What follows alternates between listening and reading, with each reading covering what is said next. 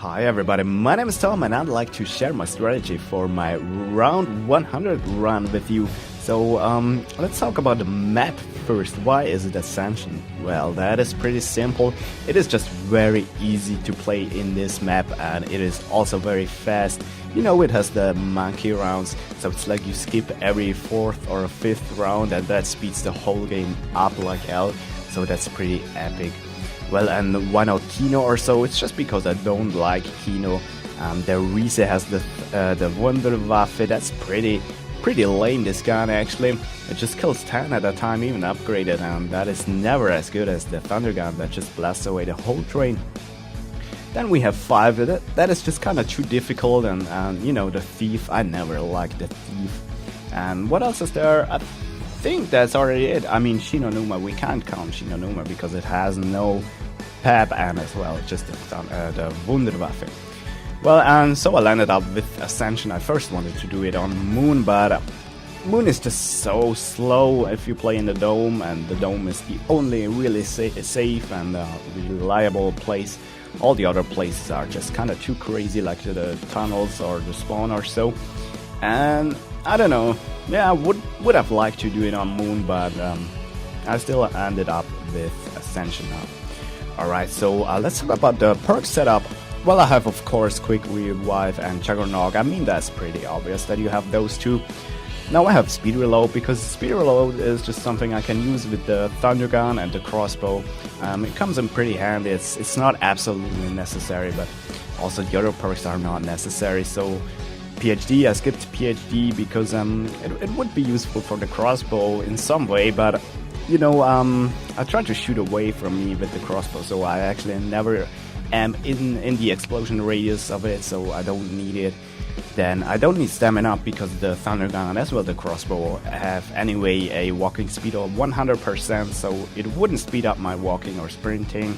And I also do not need the longer sprint because I will anyway stick to this area here, and for a pep or for hitting the box mid-round or whatever you do, you do not really need the longer sprint. It's not absolutely necessary.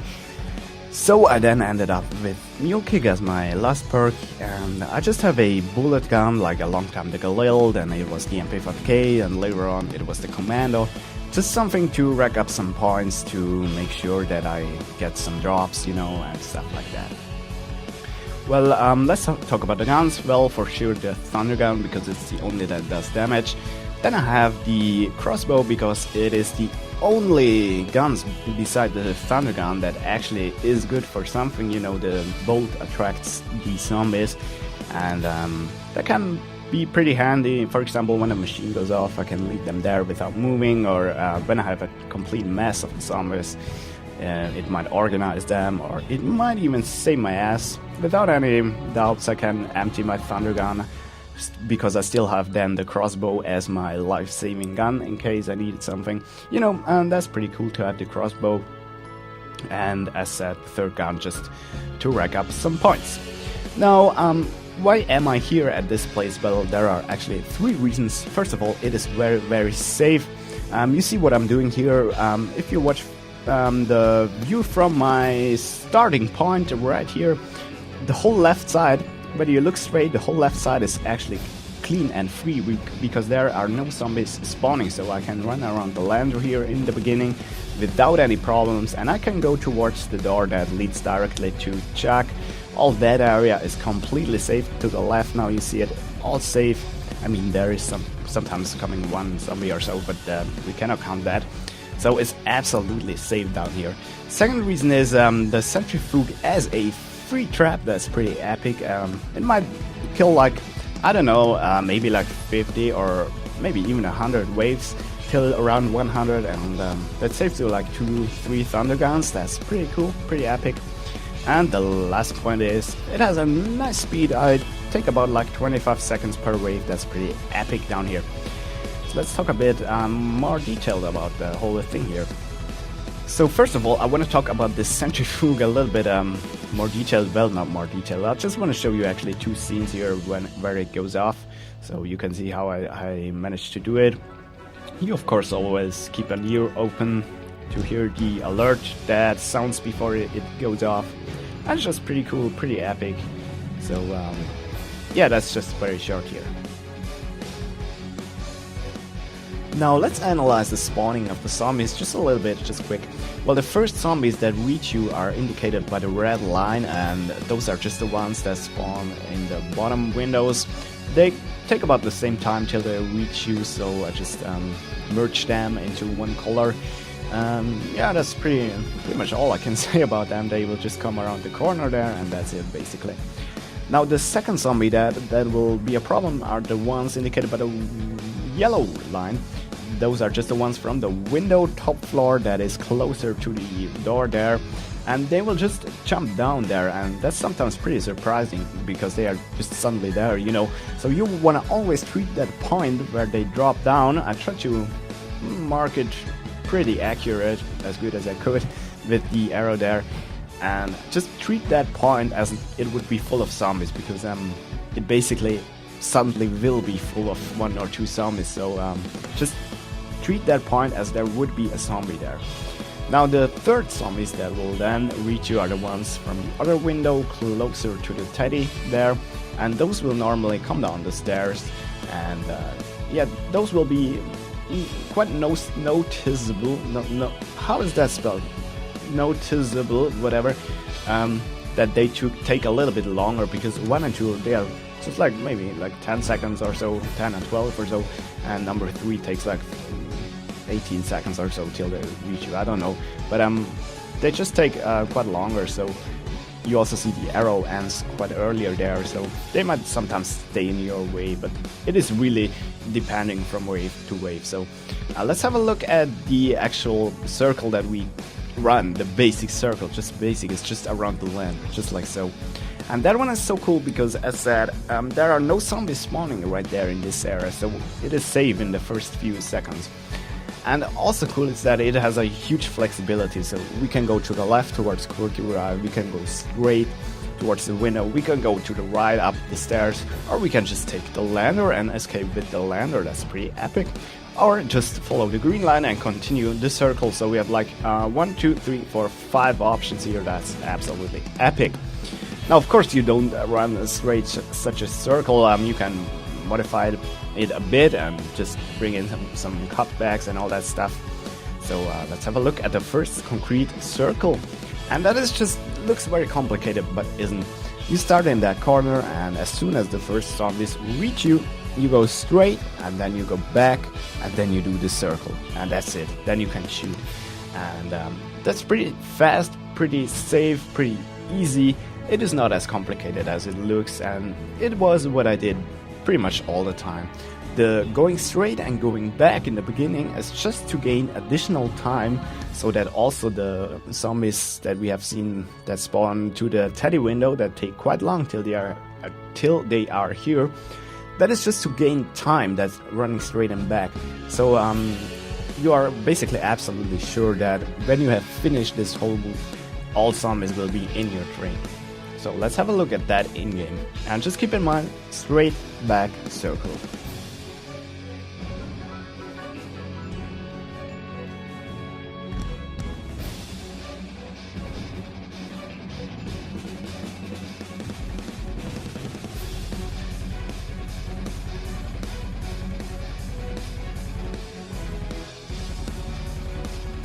So this is now the second move I want to show you, and that is just very, very, very similar.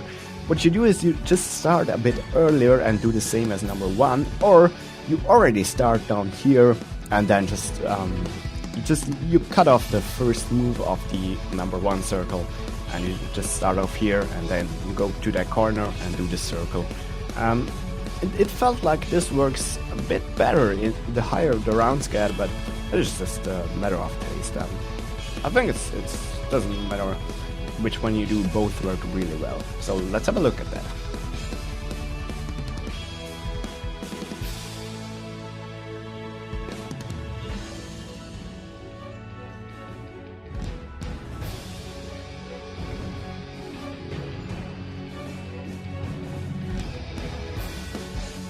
Alright, so this is the third option I want to show you, and what we do here is we cut off even one more step and we just start in the corner again, and then we just go directly into the circle. And because this will not be enough time till everybody is in the train, we have to improvise a little bit. So we might go towards quick revive or towards the window or whatever comes in handy. But yeah, it's very depending on the situation, but it's still absolutely safe, and it's probably the easiest version. So let's have a look here.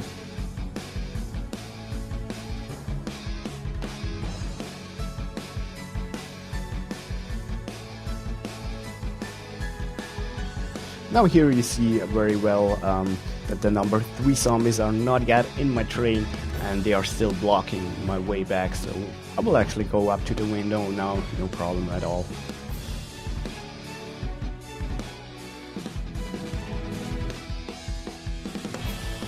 Now this here is a bit special. This is just if in case you have crossbow ammo left, just use them and basically just stay at your point.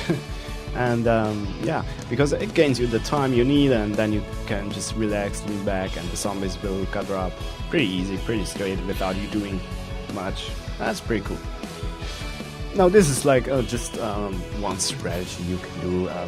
You start right off here, and then you go up to the window by moving to the left first of all.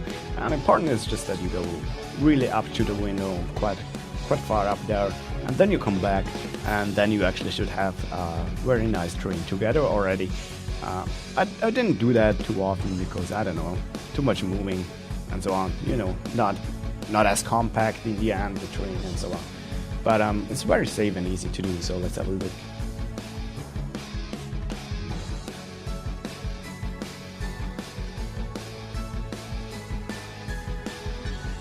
So here it's just important to go really up to the window, because now you see I have a free path back, and the zombies are just blocking a little part there.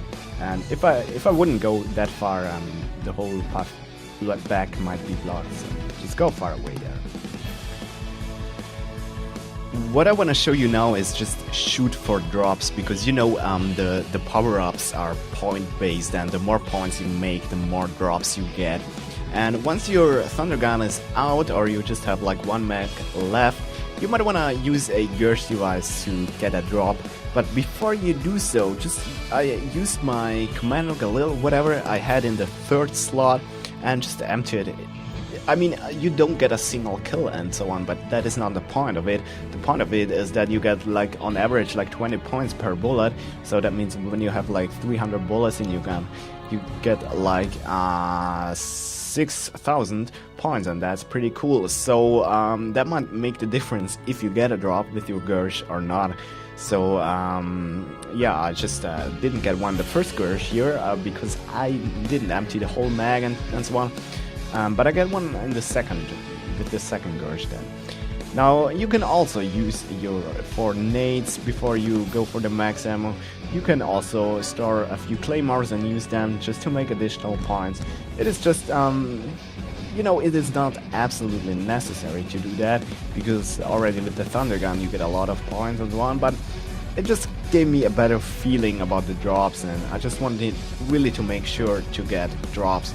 And I mean, also if you get like a death machine and an insta-kill at the same time with the Gersh, that's pretty cool, you know. That's a very nice combo in any round, because with the insta-kill no single zombie will come close, so the missing sprinting of the death machine is no more problem, and that's pretty epic, that's pretty cool. So yeah, just throw the nades, use all your claymores, empty the whole magazine of your bullet gun before you throw the Gersh when you are really in need of a max ammo. So let's talk about the traps. In case you don't get your ammo, you might want to use traps, but I would not recommend that because traps are so slow. I prefer to hit the box mid-round. But my trap strategy was like so. Well, I went to stamina with the whole train. I called in the lander at this point. Yeah, here you see it coming. I'm sorry that I don't have the original sound. It's because I listen to radio, and you know, YouTube wouldn't like all that.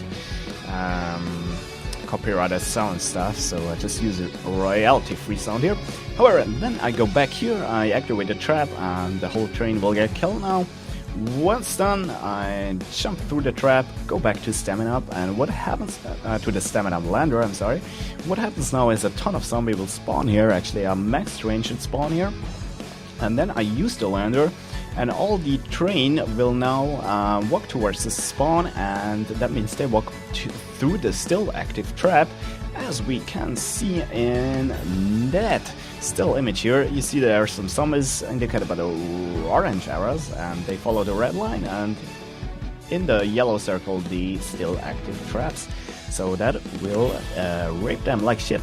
And the thing is now that I actually can kill 2 waves with 1 trap and in a very decent amount of time. And that's pretty cool, I like that. So once I'm back here, I gather up a new train. This is a little bit messed up at this point because, you know, you saw like 2 already respawned down here and they were just there, and many come in very delayed now, and that's a bit weird sometimes here. But because this area is so flexible and has a lot of options, it's no problem at all. Well, then I run towards the trap here at the other fire trap. I wait till the train is coming, and because I don't like that area here all around this place, I don't like it here. I will just wait till the majority here is killed, or the whole train actually is killed, and then I go back. And now you see a lot of zombies respawn now on the other side of the trap and won't get killed anymore, so I just kill like 1.5, maybe 1.5 waves with that trap. But it's okay, it's okay.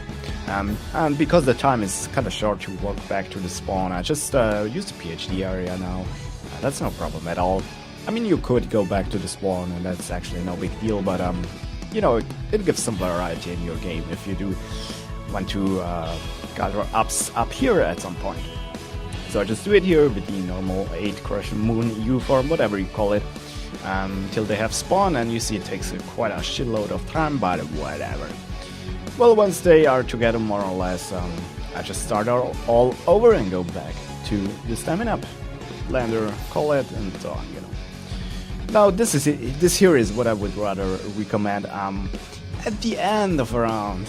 At the end of a round, guys, keep like the last zombies, like 1, 2, 3, 4, 5, because then it is even easy to run a circle in the power room or so, and then you can just hit the box and just dump your thunder gun, even if it has like 8 shots left or so. Just wave with it, because like in 90 plus you have like 30 plus waves, so that's just perfect for a full thunder gun set. So downgrade it and then upgrade it too, and a new one for the next one. That's pretty cool.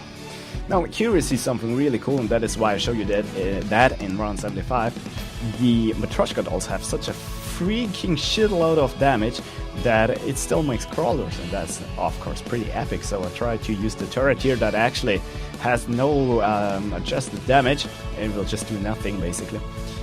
I will just try to kill that runner here now, and then I have a very easy time to get back my thunder and the Gersh device. That's pretty epic, pretty cool. So just keep the last few zombies, and that's pretty cool. A good way to do that, by the way, if you are out of ammo, is just use that trap that is closer to me now, that fire trap there. Go up to Mule Kick and just watch down, and you can see how many of your train is already running through the trap. And once it looks like only 5 or so are not through the trap yet, just jump down, and those 5 zombies will turn around instantly, and yeah, then you have your last little amount of zombies that makes it easy to hit the traps, and that's pretty cool.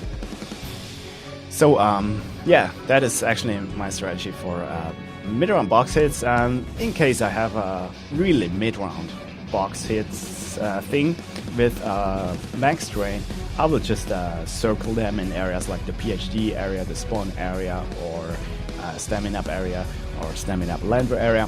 But in the difficult areas like Power or Speed Reload Lander or Mule Kick, I actually don't want to do circles. I will just lead the whole train towards, let's say, Stamina Up Lander, then sprint to the box at Speed Reload Lander, Cuddle Lander, and then I have like time for 3, max 4 box hits, And once the train comes in, I use the lander and lead the whole train back to stamina up and so on, and just repeat. That is really safe. It is also really slow, but really safe. So it is worth the time, in my opinion. And still better than traps, absolutely better than traps. I hate using traps. So yeah, that's actually it. I hope you enjoyed. It was a bit of a weird video, I don't know, but whatever. Have fun and see ya. Bye.